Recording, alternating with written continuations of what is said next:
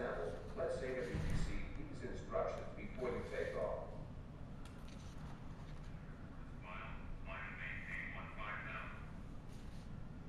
Your aircraft, however, is not equipped with supplemental oxygen, making the proposed flight at 15,000 feet unsafe and illegal in a non-pressurized aircraft.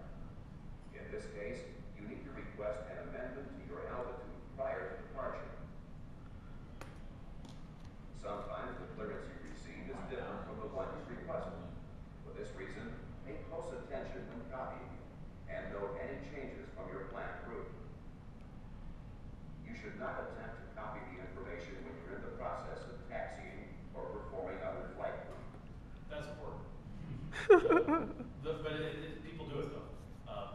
The FAA has a big emphasis right now on runway incursions. So get yourself in the practice of taxiing the airplane, stopping and doing something. Don't be fiddling with the comm, the nav while you're taxiing or trying to set up GPS or something like that. So definitely keep that stuff to when you're stopped, because the FAA is really emphasizing that. I had a student try to bust a check right when he was in. If ATC advises you that the clearance is ready to copy, you should ask the controller to stand by. Warrior 312 clearance. Cincinnati ground, Warrior 312 standby.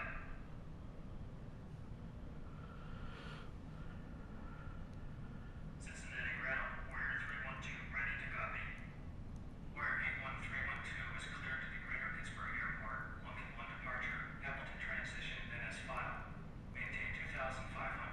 Expect 10,010 minutes after departure. Contact departure control on 12415 to 5415. You guys get all that?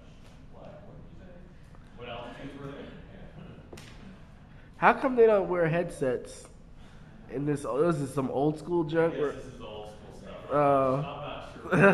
But yeah, that used to be the way they would fly. Is it was the handheld, and they would just yell at each other in the cockpit, and they all went deaf. Wow. I don't know, but these radios aren't that old. They probably should have been using headsets. I guess I would have thought, but what do I know? So, how much of that clearance did you guys understand?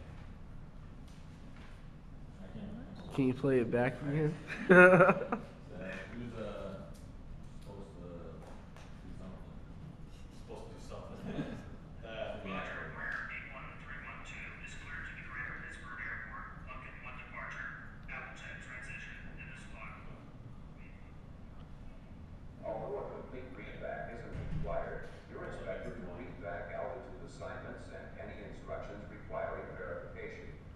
You should also repeat the clearance if you feel the need for confirmation, especially if it differs from the one you were anticipating. To assist you when copying clearances, they are always given in a particular order, beginning with the aircraft's identification, then the clearance limit, departure procedure, route of flight, altitude, holding instructions if appropriate, any special information, and frequency and transponder code. Now let's look at some of these elements in more detail. The first item is always the aircraft's identification. Warrior 81312. Following the ID is the clearance limit. Cleared to the Greater Pittsburgh Airport. Usually this is your destination airport. However, it could be an intersection, nav 8, or DME fix short of your destination. For example, Cleared to Magical intersection. Expect further clearance at 1132. Did you guys catch that? That's what that would sound like. So they give you a clearance to an intersection, and they say expect further clearance at such and such time.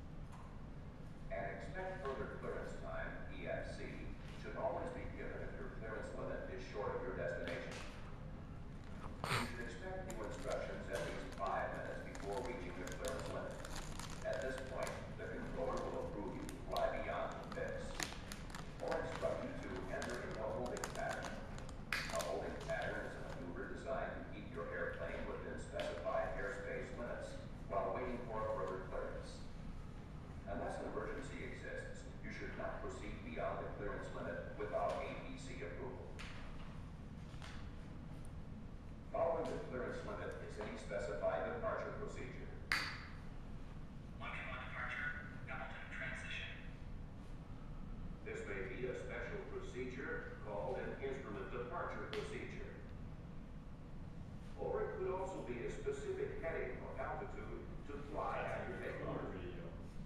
Departure procedures are published for certain controlled airports.